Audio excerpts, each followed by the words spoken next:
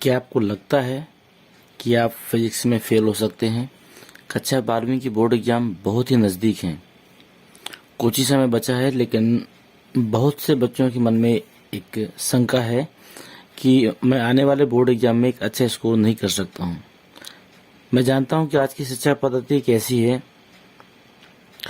एक बालक जो हाई स्कूल में बिना मेहनत किए हुए पास हो गया, उसे एक चीज़ ये लगती है कि हो सकता है इंटर की परीक्षाएं भी हमारी इसी तरीके से होंगी, लेकिन ऐसा कुछ भी होने वाला नहीं है। इंटर की परीक्षाओं में आपकी बहुत मेहनत होने वाली है। पूरे वर्ष पढ़ाई नहीं की भी है तो महत्वपूर्ण चीज़ों का हमें पता नहीं है, लेकिन आज की ये वीडियो मैं गारंटी लेता हूँ कि अगर आपने ये वीडियो पूरी देखी तो फिजिक्स में हम आपको फेल नहीं होने देंगे। ये मेरी गारंटी है, मेरी 100 में 100% गारंटी है कि आप फिजिक्स में फेल नहीं होंगे। बस आप इस वीडियो को पूरे देखिए और इसके जो महत्वपूर्ण प्रश्न हैं इसको आप नोट डाउन करिए और बस इतनी चीज़ें तैयार करनी है। मैं आपकी गारंटी लेता हूँ फिजिक्स में आप फेल नहीं होंगे। देखिए, इसमें पहला प्रश्न है, प्रश्न नोट करते जाइएगा आप। जो महत्वपूर्ण होंगे वही चीज़ मैं आपको बताऊंगा और ये ऐसे प्रश्न हैं जो बोर्ड परीक्षाओं में 100 में 100% आने की संभावना है। और ये मैं कुछ बनाकर नहीं बात कर रहा हूँ, इसलिए मैंने सन सहित चीज़ें दिखाई हैं।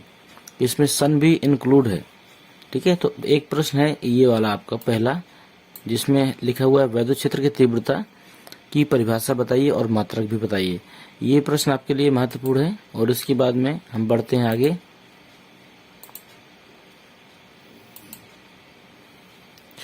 इसके बाद में एक प्रश्न आपका ये आ रहा है, वैद्युत बल रेखाएं आपस में कभी नहीं काटती हैं, क्यों? इसका उत्तर आपको देखना होगा, आपको मालूम होगा, क्योंकि यदि काटेंगी तो इनकी दो दिशाएं हो जाएंगी। इसके बाद में आगे बढ़ते हैं।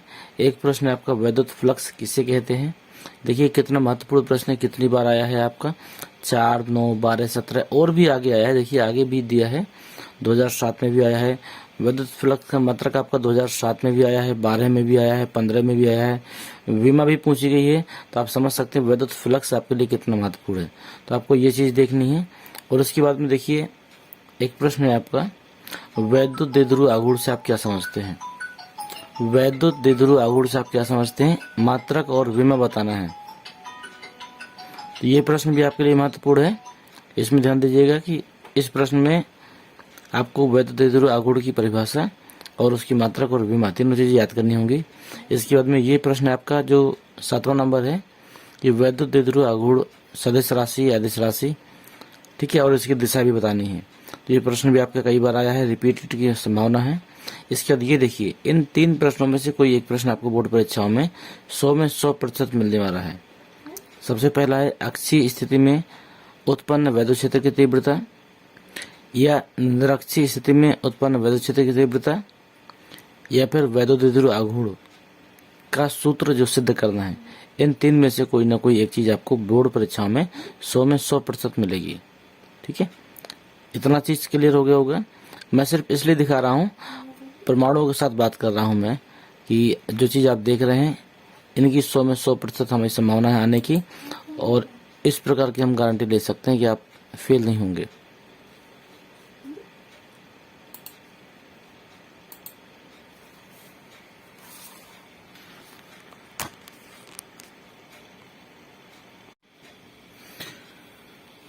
इसके आगे है आपका एक,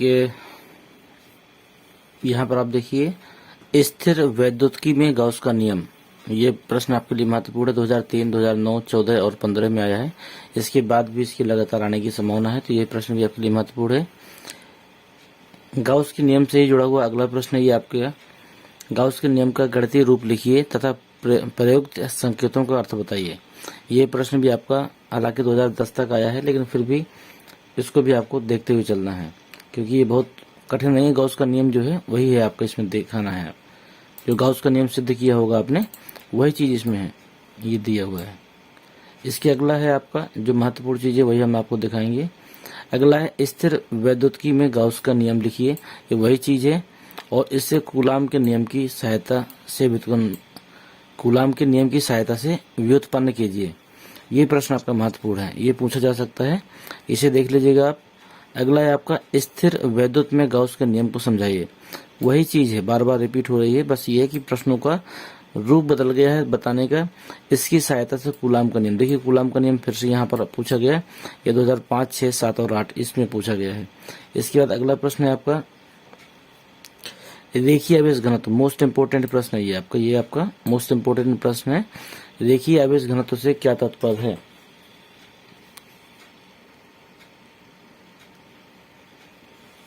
गाउस के नियम का उपयोग करते हुए एक आवेशित लंबे तार के निकट जिसका रेखीय आवेश घनत्व लैम्डा कूलाम प्रति मीटर है, वैद्युत क्षेत्र की तीव्रता के लिए व्यंजक बताइए। देखिए हम सिर्फ बात नहीं करेंगे, प्रमाणों के साथ आपको दिखा रहे हैं कि कितना महत्वपूर्ण है, ये आपके पेपर में आने की कितनी संभावना है।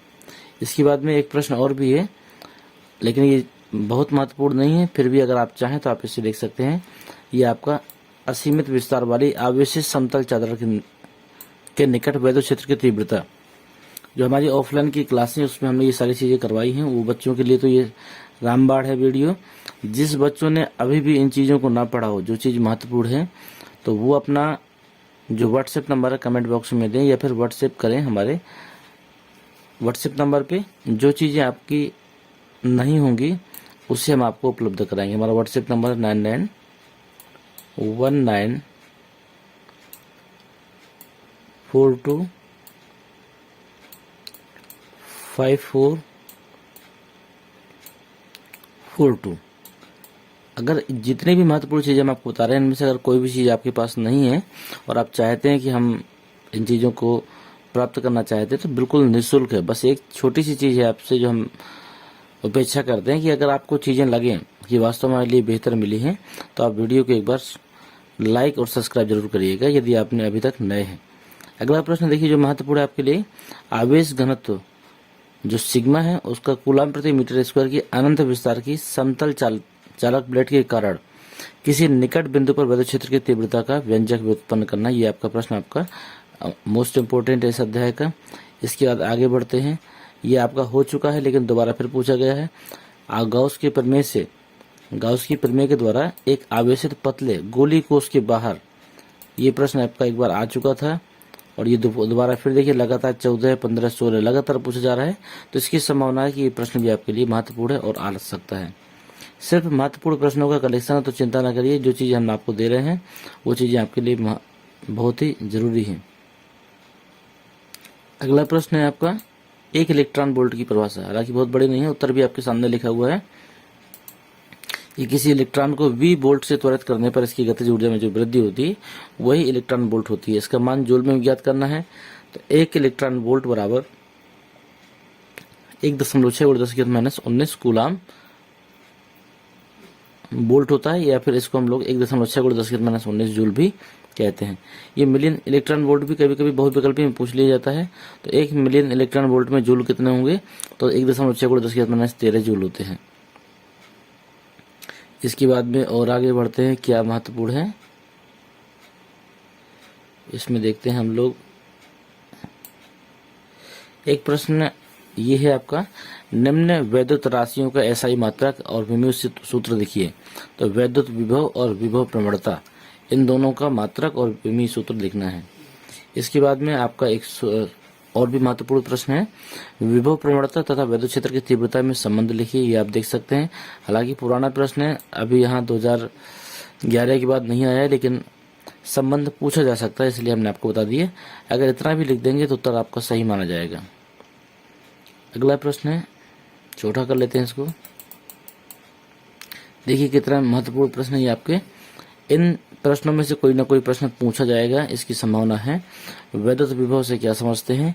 एक बिंदु आवेश के कारण किसी बिंदु पर विभव के लिए व्यंजक प्राप्त कीजिए और बहुत से बिंदु आवेश मिलकर किसी बिंदु पर कितना विभव उत्पन्न करेंगे। ये प्रश्न महत्वपूर्ण है। और एक प्रश्न ये वाला महत्वपूर्ण है, विभव प्रवणता से आप क्या समझते हैं? विभव प्रवणता तथा वैद्युत क्षेत्र की तीव्रता में संबंध स्थापित कीजिए। ये दोनों प्रश्न आपके लिए महत्वपूर्ण है। और ये मोस्ट इंपोर्टेंट है आपका, वैद्युत द्विध्रुव से क्या समझते हैं?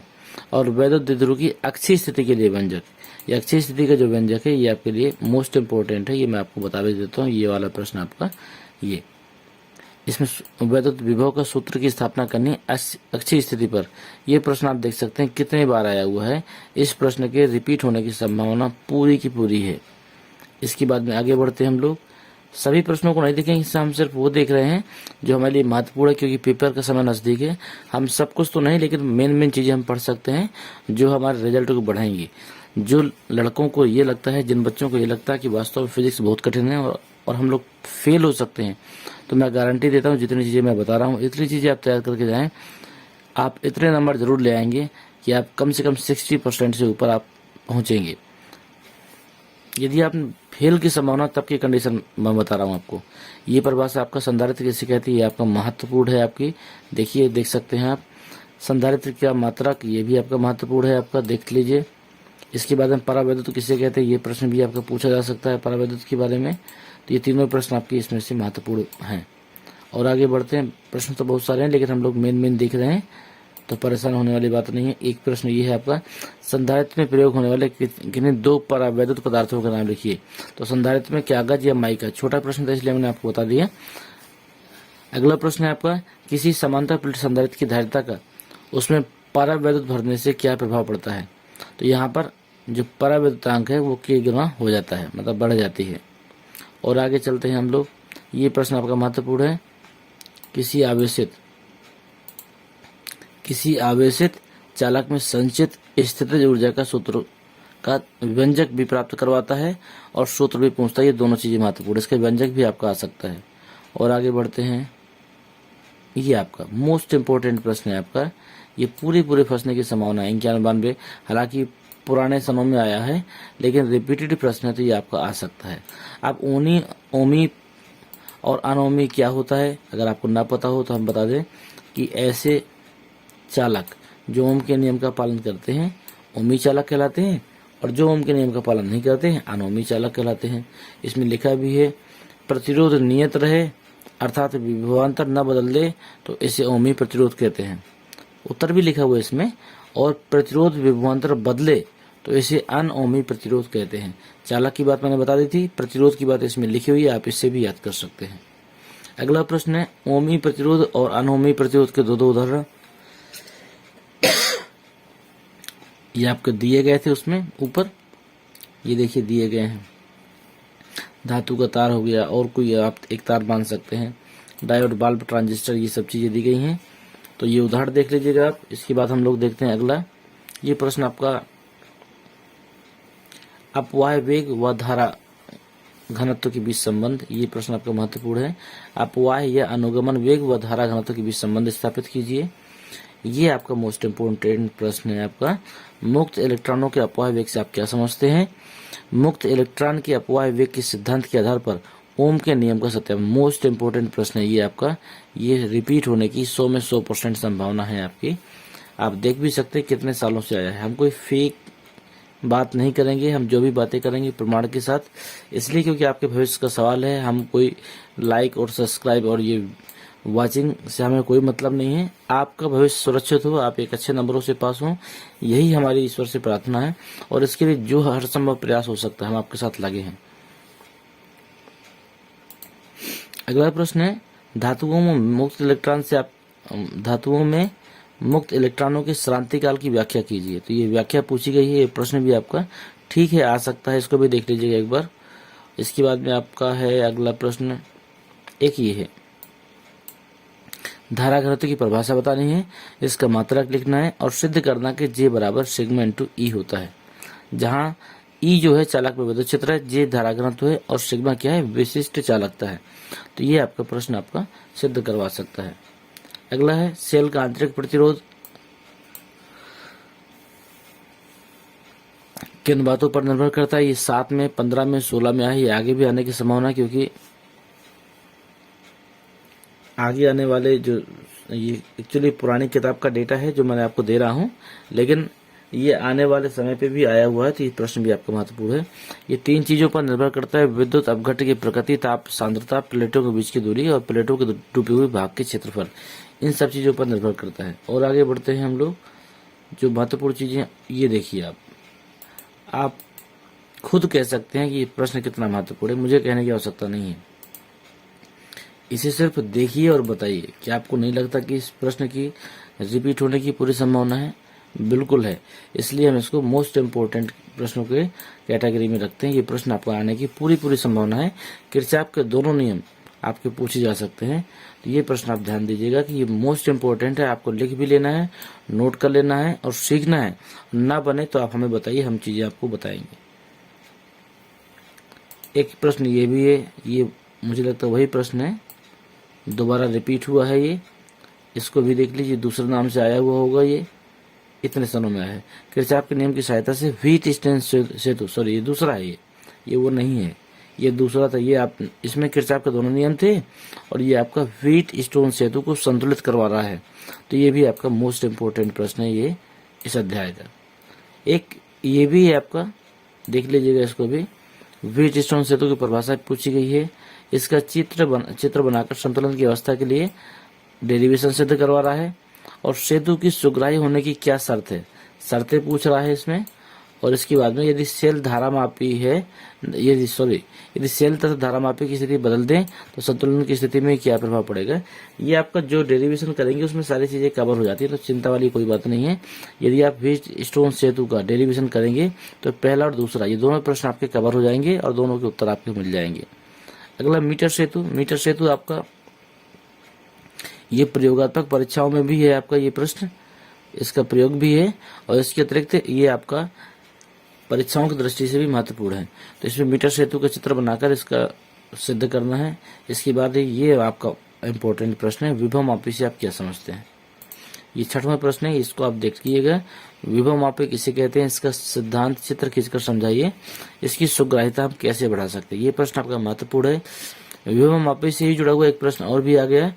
विभव मापी की सहायता से किसी सेल का आंतरिक प्रतिरोध ज्ञात करने के लिए परिपथ आरेख खींचिए तथा प्रयुक्त सूत्र को प्राप्त कीजिए। ये प्रश्न आपका एक आ गया। इसके बाद में देखिए बायो-सेवर्ट का नियम, मोस्ट इंपोर्टेंट प्रश्न आ गया ये आपका। बायो-सेवर्ट का नियम ये आपका हाई स्कूल में भी है और इंटर में भी है। ये दोनों क्लासों में ये प्रश्न आपका महत्वपूर्ण है। ये वाला बायो-सेवर्ट का नियम, ये देखिए लगातार आपका कई सालों में आया है। तो बायो-सेवर्ट का नियम सिद्ध करना सीख लीजिएगा, इसके भी आने की आपकी संभावना है। इसके बाद में हम आगे बढ़ते हैं। ये प्रश्न आपका महत्वपूर्ण है कुछ। एम्पियर की परिभाषा बताओ। एम्पियर की परिभाषा ये पूछ सकता है ये प्रश्न आपका, ठीक है। एक ये भी प्रश्न आपका पूछा गया है, अनसोल्ड में मिला है आपका। दो समांतर एक ही दिशा में धारावाही चालकों के बीच लगने वाले बल का सूत्र ज्ञात करना। ये दोनों प्रश्न आपके पूछे गए हैं, दोनों महत्वपूर्ण भी हैं। इसके बाद में आगे बढ़ते हैं। एक ये प्रश्न है आपका 20वां नंबर है जो लिखा हुआ है, किसी वृत्ताकार धारावाही लूप के केंद्र पर उत्पन्न चुंबकीय क्षेत्र के लिए व्यंजक प्राप्त करना है। ये आपका μ0 × I/2a ये आपका व्यंजक है। इसको भी आपको सिद्ध करना सीखना है। जो चीज आपके पास उपलब्ध ना हो या समझ में ना आए उन्हें आप निसंकोच आप पूछ सकते हैं, उसको उत्तर आपको मिलेगा। इसमें चुंबकीय द्विध्रुव के आघूर्ण पूछे गए हैं। इसके बाद में ये प्रश्न आपका मोस्ट इंपोर्टेंट लगाइए, ये पूरी संभावना है आपकी फंसने की। ये वाला प्रश्न तीसरा, ये प्रश्न आपका आप स्वयं देख सकते हैं। चुंबकीय द्विध्रुव आघूर्ण की परिभाषा क्या है। यह अदिश राशि है, सदिश राशि है। इसका विमीय सूत्र लिखो। देखिए लगातार कितने सनों से आ रहा है, ये प्रश्न भी आपका मोस्ट इंपोर्टेंट है। अगला प्रश्न आपका जो महत्वपूर्ण है वह है आपका चुंबकीय यामोत्तर की परिभाषा दीजिए। ये 2000 में आया है, 8 में आया है, 14 में आया है। एक बार देख लीजिएगा इसको भी, हालांकि महत्वपूर्ण हम नहीं कहेंगे लेकिन फिर भी इसको आप देख सकते हैं। जो महत्वपूर्ण होगा हम बता देंगे। ये महत्वपूर्ण है आपका, इसमें कोई दो राय नहीं है कि ये पूछा जाएगा, ये प्रश्न पूछा जा सकता है। रिपीट होने की पूरी संभावना है, इसलिए इस प्रश्न को आप 100 में 100% याद करके बैठिएगा, ये आपका आने की संभावना है। दिक्पात, नमन कोण, नतिकोण जो भी है, ये प्रश्न आपका मोस्ट इंपोर्टेंट है। इसके बाद अगला प्रश्न जो महत्वपूर्ण है, पृथ्वी के चुंबकीय क्षेत्र का क्षेत्रीय घटक कहाँ पर शून्य होता है। तो ध्यान दीजिएगा, उत्तर अगर ना आपको पता हो तो यहाँ पे लिखा भी है उत्तर नीचे आपका, चुंबकीय उत्तरी व दक्षिणी ध्रुव पर, उत्तरी व दक्षिणी ध्रुव पर जो आपका क्षेत्रीय घटक है वो आपका क्या होता है, शून्य होता है। देख सकते हैं ये लिखा हुआ है। ठीक है, चलो मैं मिटा दूं इसको। आगे देखते हैं दूसरा प्रश्न आपका जो महत्वपूर्ण है। अगला ये है, पृथ्वी के चुंबकीय उत्तरी ध्रुव पर क्षैतिज घटक BS तथा नमन कोण थीटा के मान क्या होते हैं? तो क्षैतिज घटक का जो मान होता है वो होता है 0, ठीक है, और नमन कोण होता है 90 डिग्री का। ये प्रश्न और उत्तर दोनों चीजें आपको मिल गई यहाँ पर। और आगे बढ़ते हैं। ये प्रश्न आपका महत्वपूर्ण है, किसी स्थान पर नति कॉमा पृथ्वी के चुंबकीय क्षेत्र के क्षैतिज तथा ऊर्ध्वाधर घटकों में संबंध लिखिए। तो ये प्रश्न आपका एक बार हो गया है, रिपीट हुआ है दोबारा, कोई दिक्कत नहीं है। ये भी प्रश्न आपका महत्वपूर्ण है, अपने हिसाब से देख लीजिए। हालांकि विशेष नहीं है लेकिन फिर भी ठीक है ये प्रश्न। ये जो विशेष होगा मैं राउंड लगा देता हूँ उसमें, ताकि आपको क्लियर हो जाए कि वो तो देखने हैं। इसके बाद में आगे बढ़ते, ये प्रश्न आपका ठीक है। ये प्रश्न भी आपका महत्वपूर्ण है, किसी स्थान पर पृथ्वी के चुंबकीय क्षेत्र के क्षैतिज तथा ऊर्ध्वाधर घटक बराबर हैं तो उस पर नति कोण का मान क्या होगा? ये प्रश्न भी आपके रिपीट होने की संभावना है, ठीक है। उत्तर भी लिखा हुआ है नीचे, ये लिखा हुआ है, जो भी आए आपका उत्तर भी लिखा हुआ है, नोट कर लीजिएगा आप इसको भी। ध्यान दीजिएगा, वीडियो के साथ देखने के साथ में आपको नोट भी करना है, तभी आप सारी चीजों को कवर कर पाएंगे। एक प्रश्न आपका महत्वपूर्ण, ये देखिए आ गया, अनुचुंबकीय तथा प्रतिचुंबकीय परमाणुओं में क्या अंतर है? ये प्रश्न भी आपका महत्वपूर्ण है, इसको भी आप नोट डाउन करिएगा। ये प्रश्न आपका 22वां नंबर, अनुचुंबकीय तथा प्रतिचुंबकीय पदार्थों के परमाणुओं में क्या अंतर है। इसके बाद में जो अगला प्रश्न है जो महत्वपूर्ण है आपका, ये है आपका मोस्ट इंपोर्टेंट दोनों प्रश्न है, इसमें कोई दो राय नहीं है। मैं राउंड लगा देता हूं, इन दोनों प्रश्नों को आपको देखना है। ये दोनों प्रश्न आपके लिए महत्वपूर्ण है। चुंबकत्व का परमाणविक मॉडल क्या है? इस मॉडल के आधार पर अनुचुंबकत्व की व्याख्या कीजिए व इसका उदाहरण दीजिए। अगला है, चुंबकत्व का परमाणविक मॉडल क्या है? इसके आधार पर अनुचुंबकीय तथा प्रतिचुंबकीय पदार्थों में अंतर बताइए। दोनों प्रश्न महत्वपूर्ण है, आप सामने देख सकते हैं। कोई झूठ फरेब वाला काम नहीं कि मैं कह दूं आपने मान लिया, आप तो प्रमाण देखिए कि प्रश्न क्यों महत्वपूर्ण है। अगला प्रश्न है 8वां 9वां, ये दोनों अच्छे प्रश्न है आपके, हालांकि महत्वपूर्ण हम उतना नहीं कहेंगे लेकिन फिर भी ये प्रश्न ठीक है। चुंबकत्व का परमाणु मॉडल क्या है? इसके आधार पर लोह चुंबकीय व अनुचुंबकीय पदार्थों में अंतर। ये प्रश्न ठीक है, आपका आने की संभावना है लेकिन विशेष महत्वपूर्ण नहीं है, लेकिन फिर भी आपको देख कर जाना है। यदि आप देख कर जाएंगे, क्योंकि सिर्फ पास होना ये कोई बात नहीं होती, आपको एक अच्छे नंबरों से पास होना है, तो आपको अच्छे प्रश्नों का कलेक्शन भी रखना होगा। अगला प्रश्न देखिए, इसी में चुंबकीय पदार्थों के विभिन्न प्रकारों को वर्णन कीजिए और उनके गुणों को भी लिखिए। ये दोनों प्रश्न आपके महत्वपूर्ण हैं, दोनों को देख लीजिएगा।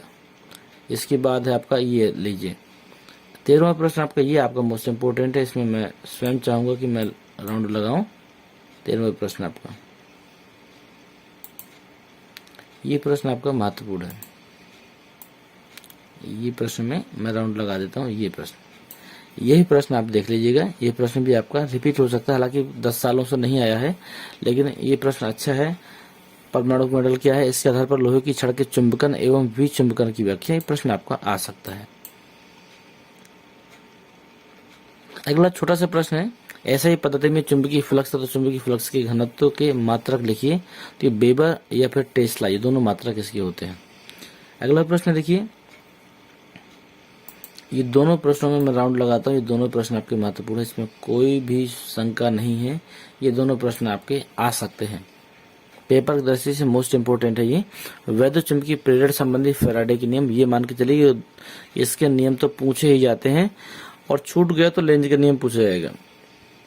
ये दोनों महत्वपूर्ण है, दोनों देखने हैं। ध्यान दीजिए कि जिन प्रश्नों का उत्तर आपके पास ना हो, निसंकोच आप हमारे व्हाट्सएप नंबर पे कांटेक्ट करके या फिर आप उस व्हाट्सएप नंबर में अपने प्रश्नों को भेजकर उसका उत्तर पा सकते हैं। हमारा व्हाट्सएप नंबर है 99142554। राइटिंग पे मत जाइएगा क्योंकि माउस के द्वारा हम काम कर रहे हैं, तो हो सकता है थोड़ा सा आपको राइटिंग क्लियर ना देखिए। 9919425442। चलिए, बस ये सुविधा के लिए मैंने आपको बताया है, इसमें कोई भी अन्य चीजें नहीं। आप अपने परीक्षा से जुड़ी हुई चीजें आप हमसे पूछ सकते हैं। अगला प्रश्न देखिए, चुंबकीय फ्लक्स। अगला प्रश्न जो महत्वपूर्ण है आपका, फैराडे की वैद्युत चुंबकीय प्रेरण संबंधी नियम। अभी मैंने आपको बताया था, एक इसका ही प्रश्न आया हुआ था, उसी प्रकार का दूसरा प्रश्न है। आप समझ गए होंगे कि कितना महत्वपूर्ण है। इसके अलावा आपका आगे चलते हैं, ये प्रश्न आपका महत्वपूर्ण है। एल लंबाई की एक तांबे की छड़ बी तीव्रता के एक समान चुंबकीय क्षेत्र में ओमेगा कोणीय वेग से अपने एक सिरे की प्रथा घूम रही है, तो सिद्ध कीजिए कि छड़ के सिरों पर प्रेरित विद्युत वाहक बल equal to 1/2 omega B L square होता है। ये प्रश्न आपका अच्छा है। भंवर धाराएं क्या है, ये प्रश्न भी आया नहीं है, लेकिन कभी कभी पूछ लिया जाता है। इसमें सन दिया नहीं गया, लेकिन प्रश्न आपका ठीक है। ये अगला प्रश्न है, स्वप्रेरण गुणांक, अन्योन्य प्रेरण गुणांक, इन दो में से कोई ना कोई प्रश्न पूछा जाता है, तो इसकी परिभाषा आप देख लीजिएगा इससे, ठीक है। स्वप्रेरण गुणांक की परिभाषा, मात्रक और विमा, तीनों चीजें आपको इसकी सीखनी है।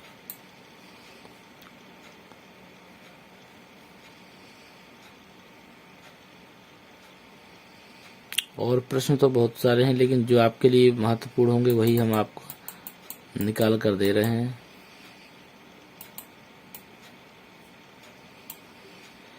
देखिए, ये अगला प्रश्न है, दो कुंडलियों के बीच अन्योन्य प्रेरण गुणांक की परिभाषा दीजिए तथा इसका मात्रक लिखिए।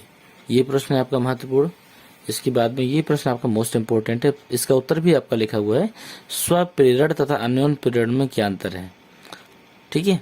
तो आप इसकी परिभाषा को चाहें तो देखकर वीडियो को रोककर आप लिख सकते हैं। इसके बाद है अगला प्रश्न आपका, प्रत्यावर्ती धारा के शिखर मान तथा वर्ग माध्य मूल मान से आप क्या समझते हैं, इनके बीच संबंध स्थापित कीजिए। ये भी प्रश्न आपका महत्वपूर्ण है। इसके बाद में हम आगे बढ़ें, एल आर प्रत्यावर्ती धारा परिपथ के शक्ति गुणांक का व्यंजक लिखिए।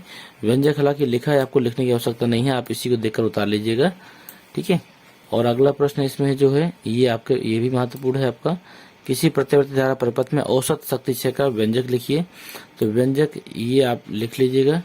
इसके बाद में ये आपका मोस्ट इंपोर्टेंट है, ये प्रश्न में मैं आपका राउंड लगाऊंगा कि ये प्रश्न आपका मोस्ट इंपोर्टेंट है, ये पूछे जाने की पूरी संभावना है। ये आपके प्रश्न, वाटहीन धारा से क्या समझते हैं, ये प्रश्न है आपका, ठीक है, ये पूछे जाने की पूरी संभावना है। इसके बाद में एक प्रश्न और भी है, ठीक है, ये भी लेकिन विशेष महत्वपूर्ण नहीं है, फिर भी देख लीजिएगा। इसका उत्तर लिखा हुआ है, आपको सोचने की आवश्यकता नहीं है। प्रत्यावर्ती धारा परिपथ का शक्ति गुणांक किसे कहते हैं, तो ये नीचे लिखा है, प्रत्यावर्ती धारा परिपथ में औसत शक्ति 6 VRMS into IRMS into cos phi होता है, जहाँ पर फाई धारा तथा वोल्टेज के बीच का अंतर है, कोस फाई शक्ति गुणांक कहलाता है। अब शक्ति गुणांक का देखिए सूत्र भी दिया गया है, cos phi equal to R/Z या फिर R/R² plus omega L minus 1/ओमेगा इंटू C। तो ये आपका सूत्र भी आप इसका देख सकते हैं, ठीक है, ये पूरा सूत्र दिया गया है इसका। चलिए हम लोग आगे बढ़ें। वाटहीन धारा वाले दो परिपथ पूछे गए हैं, ये देखिए परिपथ बने हैं, सीख लीजिएगा आप इसको, यदि आता है तो आप इसको कर सकते हैं। इसके बाद हम लोग आगे बढ़ें, चौक कुंडली में प्रवाहित प्रत्यावर्ती धारा को वाटहीन धारा क्यों कहते हैं, तो इसमें लिखा हुआ उत्तर कि चौक कुंडली ऊंचे प्रेरकत्व की प्रतिरोधहीन कुंडली होती है। शुद्ध प्रेरक में वोल्टेज धारा से 90 डिग्री अग्रगामी होता है, अतः शक्ति क्षय P bar equal to VRMS into IRMS into cos 90 बराबर 0 होता है। ये प्रश्न आपका अगला है जो ठीक ठाक है। चौथा नंबर देखिए, चौथा नंबर है आपका, प्रत्यावर्ती परिपथ के लिए औसत शक्ति क्षय।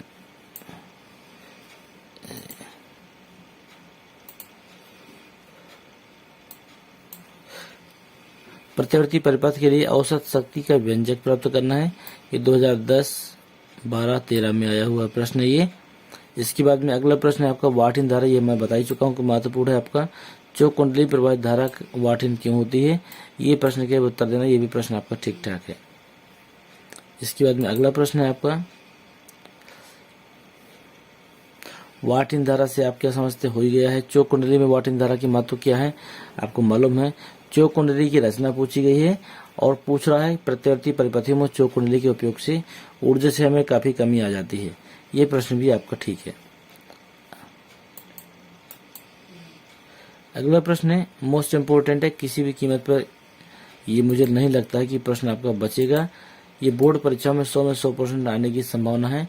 ये बीच में कोई पीडीएफ मुझे लगता है छूट गई थी तो लास्ट में दिया गया है। ये बायो-सेवर्ट का नियम लिखिए।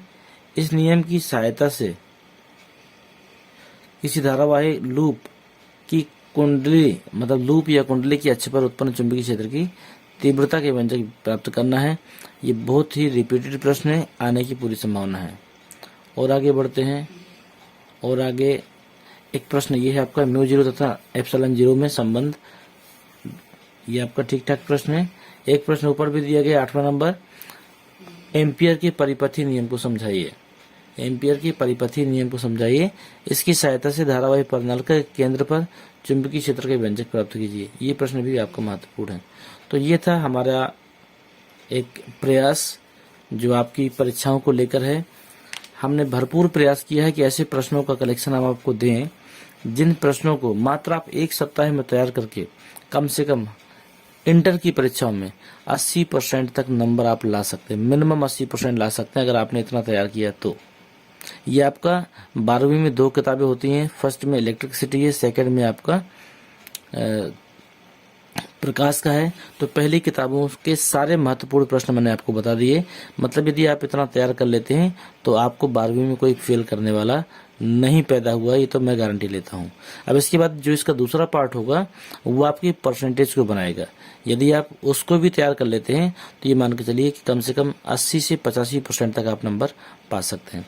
अब मेरा इतना प्रयास रहा तो मैं भी आज चाहता हूँ कि आप फटाफट वीडियो को लाइक करें, चैनल को सब्सक्राइब नहीं किया तो सब्सक्राइब करें और एक छोटा सा कमेंट जरूर भेजें ताकि हमें उससे मोटिवेशन प्राप्त हो सके। धन्यवाद।